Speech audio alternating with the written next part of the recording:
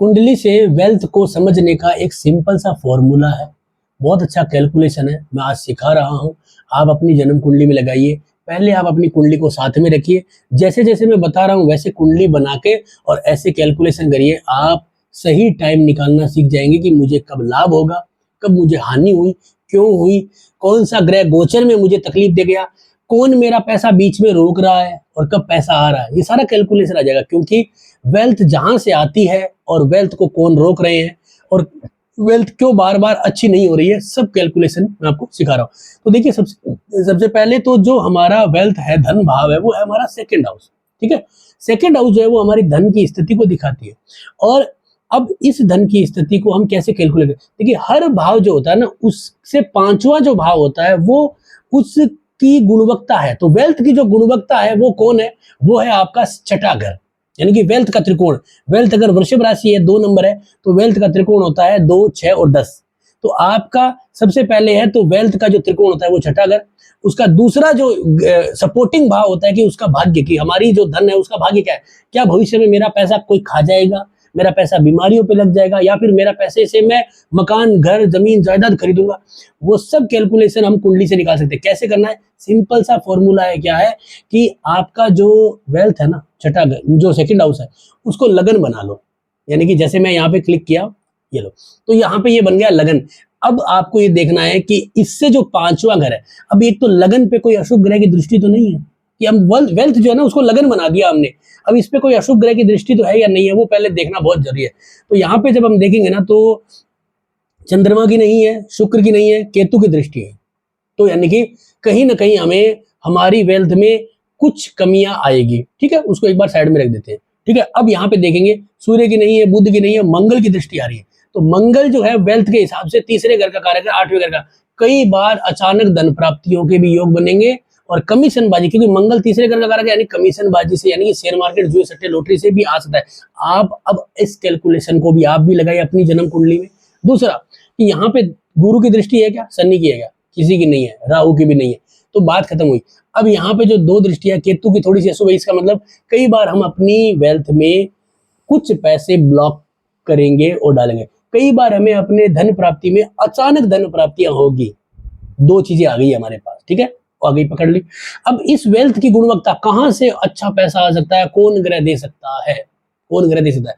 तो इसका जो पांचवा घर है वो है आपका यहाँ पे ये पंचम भाव, जहां पे मकर राशि आ रही है। इसका मालिक नीच का है। तो थोड़ी गुणवत्ता तो हमारी कमजोर हुई है, कि हम जितने इंटेलिजेंट होते हैं उतने हैं नहीं। ये कैलकुलेशन लिख लीजिए, अपनी कुंडली में लगा के देखिएगा कि वेल्थ का जो पांचवा घर है किस तरह का योग दिखा रहा है। आगे आ जाते हैं कि यहाँ पे जो ग्रह बैठा है वो शुक्र बैठा है। शुक्र जो है वो यहाँ पे इस कुंडली के लिए भाग्य का स्वामी है। इसका मतलब शुक्र जो है वो इस, यानी कि जातक की वेल्थ को और मजबूत कर रहा है। और मकर राशि में शुक्र बहुत अच्छा रिजल्ट देता है। शुक्र कितने डिग्री का है? शुक्र जो है यहाँ पे अगर हम देखेंगे 13 डिग्री है, जो श्रावण नक्षत्र चंद्रमा का है। और चंद्रमा जो है वो शुक्र की राशि में है। एक तरह से देखा जाए ना, तो शुक्र जिस राशि के नक्षत्र में है उसी के, यानी उसका नक्षत्र स्वामी उसी की राशि में है। इसका मतलब जबरदस्त सहयोग। इसका मतलब आपको जो धन मिलेगा ना वो लग्जरी चीजों से मिलेगा। आपको जो धन मिलेगा ना वो ऐसे आइटम जैसे गारमेंट से, और कौन से गारमेंट से?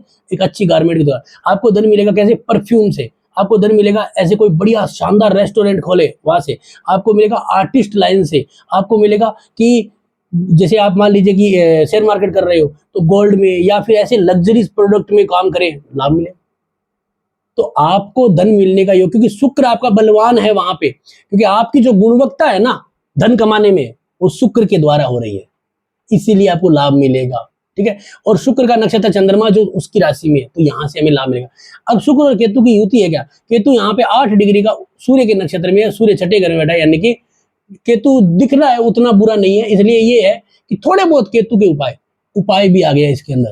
केतु के थोड़े बहुत उपाय हमारे शुक्र को बलवान करेंगे। इस केस में हमें शुक्र का रत्न अगर हम पहनते हैं और केतु के थोड़े से उपाय करते हैं तो हमारे को उस लग्जरीज आइटम में जबरदस्त लाभ होगा। जैसे कॉस्मेटिक आइटम का काम कर लिया, बहुत बढ़िया रेस्टोरेंट डाल लिया, गजब का लाभ हो गया। अब आ जाते हैं कि हमारा जो धन आ गया, उसको कोई खा तो नहीं जाएगा, कोई बीच में रोक कौन रहा है? हमारी नौकरी में बार बार हमारा कंपटीशन कौन कर रहा है? अब मकर राशि में जो ग्रह गोचर करेगा ना, अशुभ या शुभ ग्रह, जैसे कि आज की डेट में जो मकर राशि पे कौन सा ग्रह गोचर कर रहा है? कोई नहीं कर रहा। लेकिन कोई ग्रह गोचर करते हुए दृष्टि डाल रहा है क्या? जैसे कि आज मैं अगर बात कर रहा हूँ फरवरी में, जैसे मैं देख बना रहा हूँ वीडियो, तो केतु जो है इसकी दृष्टि नहीं आ रही है, सूर्य मंगल बुध की नहीं आ रही है, शुक्र राहु की नहीं आ रही, शनि की आ रही है, शनि की भी नहीं आ रही है, यानी कि शनि की जो है वो 7 8 9 10 11 नहीं आ रही है। तो इसका मतलब क्या है कि यहाँ पे हमें इस मकर राशि यानी शुक्र के ऊपर कोई दृष्टि, अगर यहाँ पे राहु केतु की दृष्टि आती है तो आपको अड़चने हमेशा रहेगी, लेकिन अगर शनि की दृष्टि आती है तो लाभ रहेगा, क्योंकि शनि की राशि में बैठा है, शनि इस कुंडली का जो है वो वेल्थ है, इसलिए लाभ रहेगा। यहाँ पे जो ब्लॉक कर रहा है वो कौन कर रहा है?